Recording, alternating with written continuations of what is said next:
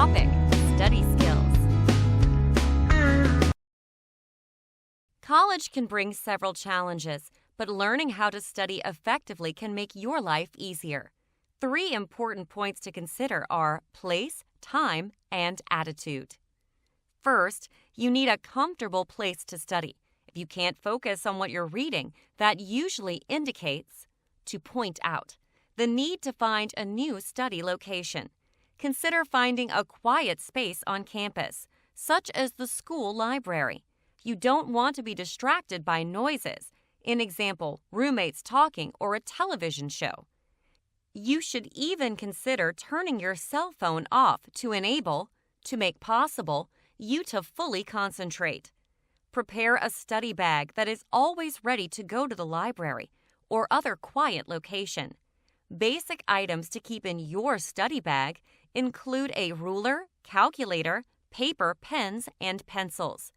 Throw in the appropriate notes and books for a particular study session, and you're ready to go. If you're doing research or writing, your study spot should provide access to a laptop or the college's computers. Once you have a study spot, make study time a central part of your day. To put into practice your study plan. Get a large calendar. Write the dates of your exams and due dates for papers on it. Also, put your study times on the calendar. Put the calendar by your bed or in the kitchen, where you can check it daily to see what assignments are coming up. Pay attention to your body to see when you feel the most alert and arrange your study times within these periods. Decide if you are the zealous, enthusiastic, eager night owl whose mind ignites once the sun goes down, or whether you concentrate better soon after you wake up. Set aside at least 2 hours every day, and ideally study at the same time each day to make it a habit. If your life is especially busy, having intermittent, stopping and beginning again irregular study periods can also work. 4 20 to 30-minute study periods throughout the day can be used to review notes or to make a quick draft of a paper. When learning new terminology, the study of terms for particular subjects, studying words in 10 to 15-minute segments each day works better than studying the same words for 90 minutes once a week. Finally, you need the same attitude to study successfully. People often undermine, to weaken or damage, their study efforts by being stressed. People learn better if they are rested and relaxed. Go into each study session with a positive attitude. If you think the reading material will be interesting, you are more likely to find it so. If you walk into a classroom with the assurance, self-confidence, certainty, that you will do well on a test, you are more likely to succeed than coming in filled with doubts. If you happen to do poorly, don't berate, to scold harshly, to criticize yourself. Severely criticizing yourself to the point where you want to give up will not help you study better. Instead, look at what went wrong. Maybe you needed to study more, or you read the questions too fast. Work to do better in the future. Also, don't let apathy, lack of interest, derail your planning. We all get bored at times, but procrastination usually leads to inferior work. Remind yourself of your goals for attending college as a way to motivate yourself. With efficient study skills, you can always walk onto campus with confidence. Topic: Relationships. Dear April, I just started college and my roommate is destroying my serenity. Peacefulness. I'm usually a calm person, but my roommate's dour, dismal, gloomy nature is upsetting me. Every time I come home, she has something depressing to say, and then I too feel gloomy. What can I do to cheer us both up? Truly desperate for help. Dear Desperate, you can't be submissive, obedient, passive in this situation. Don't surrender to her unhappiness. You must exemplify, to model, to represent, the type of person you want your roommate to be. Show her how to be cheerful by being cheerful yourself. When she makes a depressing comment, respond with a positive view. Most people prefer to be around amiable, good-natured, agreeable people, and your roommate needs to see that. Take her out on the town. Let her see how people respond to a warm greeting and friendly face. If this plan doesn't work, start looking for a new roommate. Dear April, one of my new friends has recently disappointed me. I thought we had a real affinity, fondness, attachment, liking.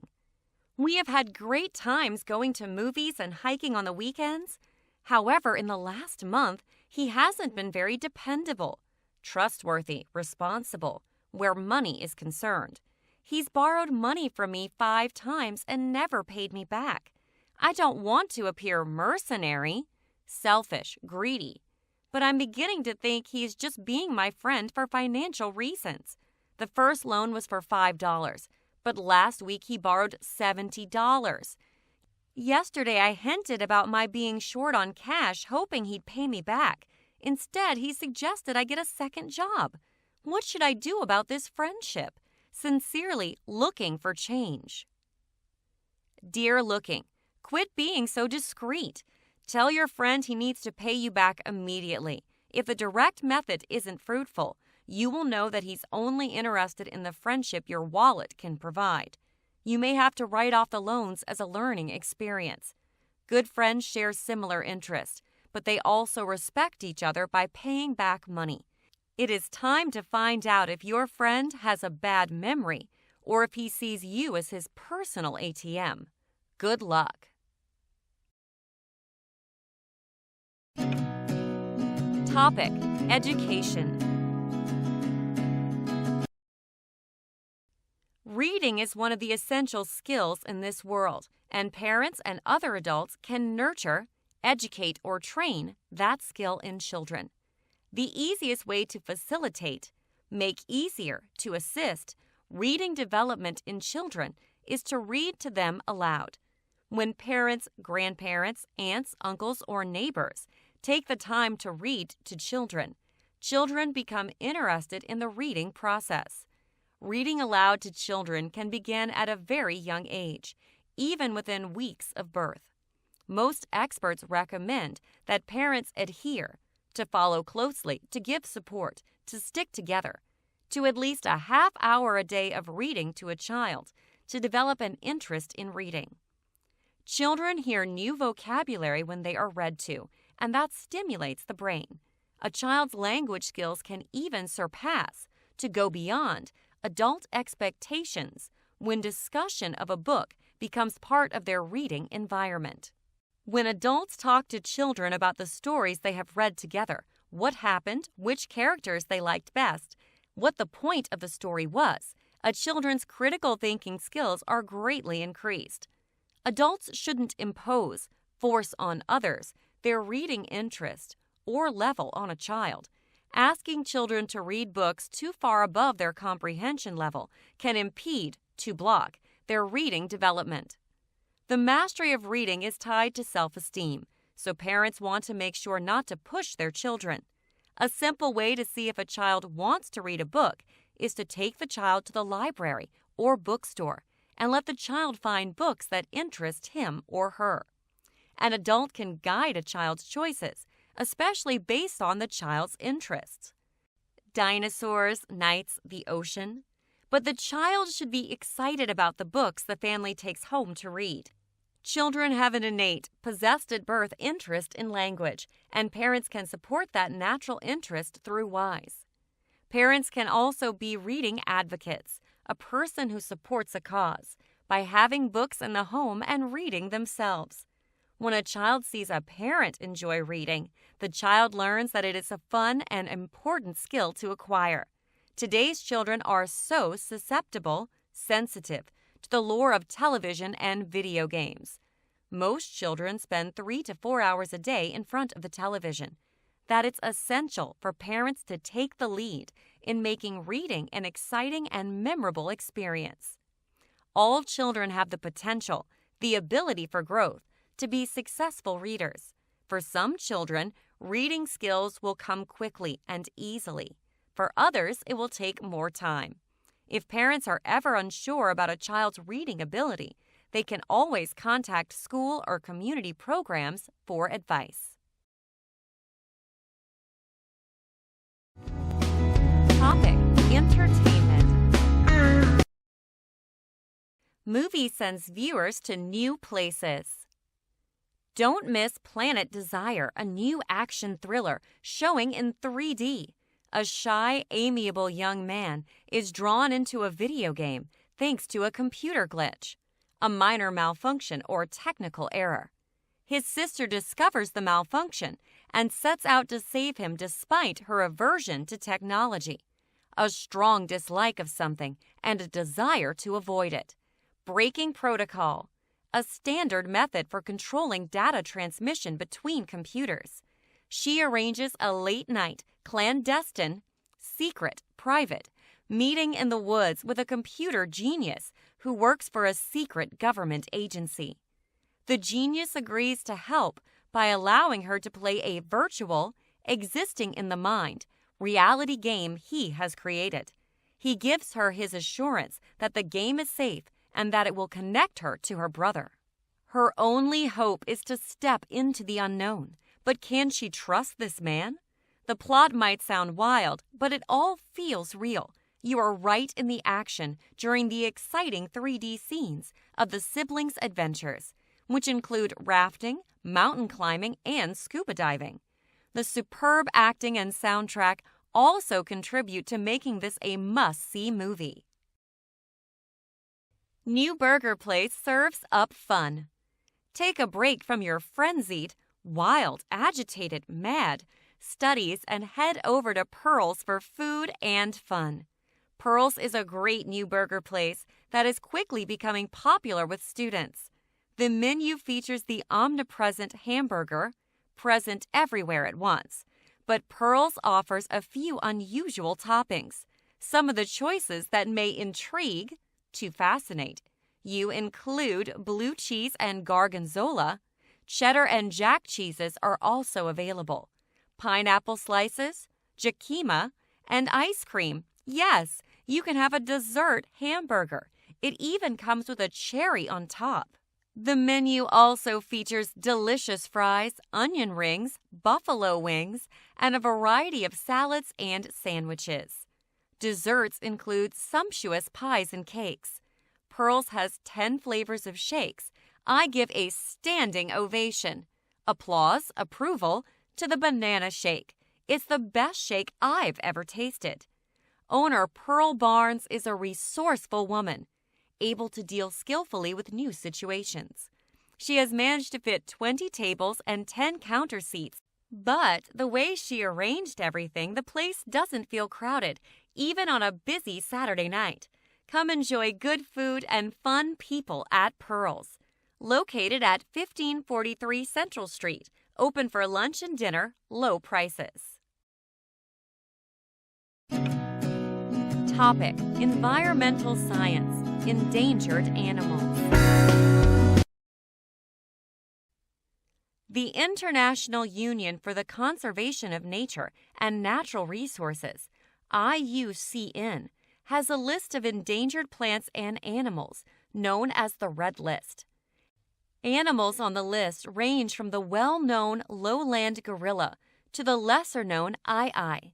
Within the threatened category, animals are listed as critically endangered, endangered, or vulnerable. Conservationists, a person who works to save the environment, hope the list will heighten public awareness of the dangers animals face and elicit, draw, or bring out responses on ways to save these animals. The giant panda, a symbol for endangered animals, is endemic, natural to a particular area, to southwest China. The panda eats about 20 to 30 pounds of bamboo a day. As human populations grow, animals lose more of their natural habitat, the environment where a plant or animal typically lives, surroundings. Forests and grasslands are being destroyed for timber, agriculture, and housing expansion. The giant panda's habitat is diminishing due to encroachment, the act of gradually taking over an area, for agriculture and timber needs. The Chinese government has established more than 50 panda reserves, which shields almost 60% of the current population. Estimates place about 1,600 pandas in the wild.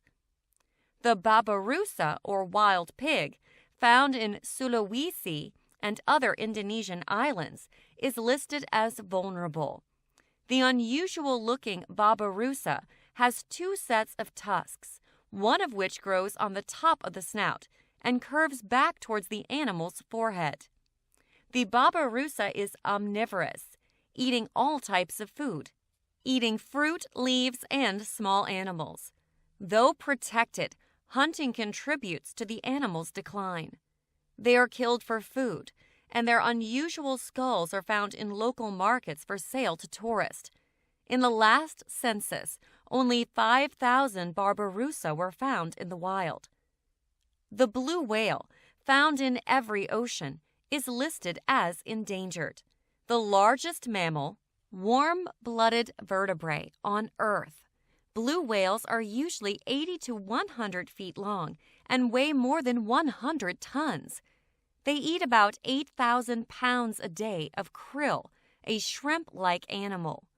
Before the whaling era, population estimates were close to 250,000 animals. About 99% were killed due to whaling. In 1966, the International Whaling Commission put a moratorium, suspension of an activity, on hunting blue whales. Current estimates place the blue whale population between 5,000 and 12,000. Blue whales now face threats from pollution, including increases in ocean noise levels, possibly interfering with their low-frequency communication, and global warming, disrupting migration patterns and altering food supplies. These examples illustrate the major threats animals face: habitat loss, hunting, and pollution. The field of zoology, the study of animals, including their behavior and development, has helped people learn more about animals. With this knowledge and by working together, individuals and governments can avert the loss of today's threatened animals.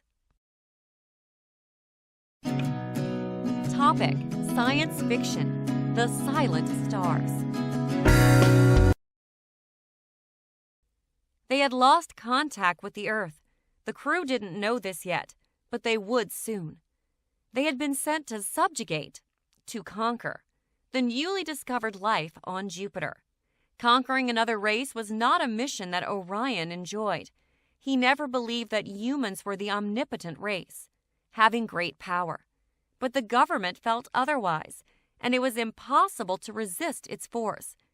He was told that if he wanted to voice any dissent, differ in feeling or opinion, he would find himself in prison.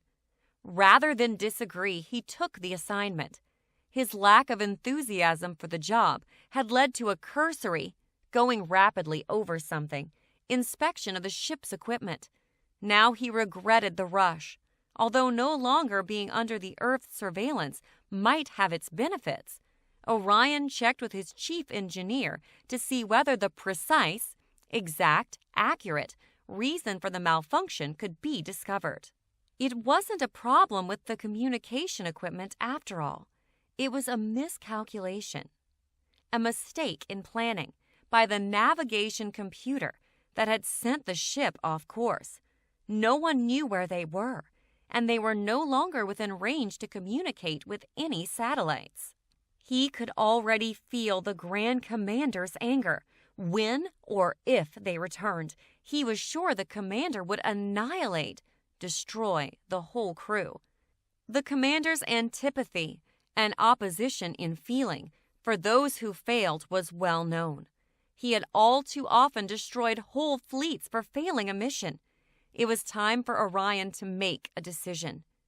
Just as he was to announce to the crew that there was a glitch in the navigation system and that their mission was about to change, Sergeant Aurora escorted Private Gemini into the room.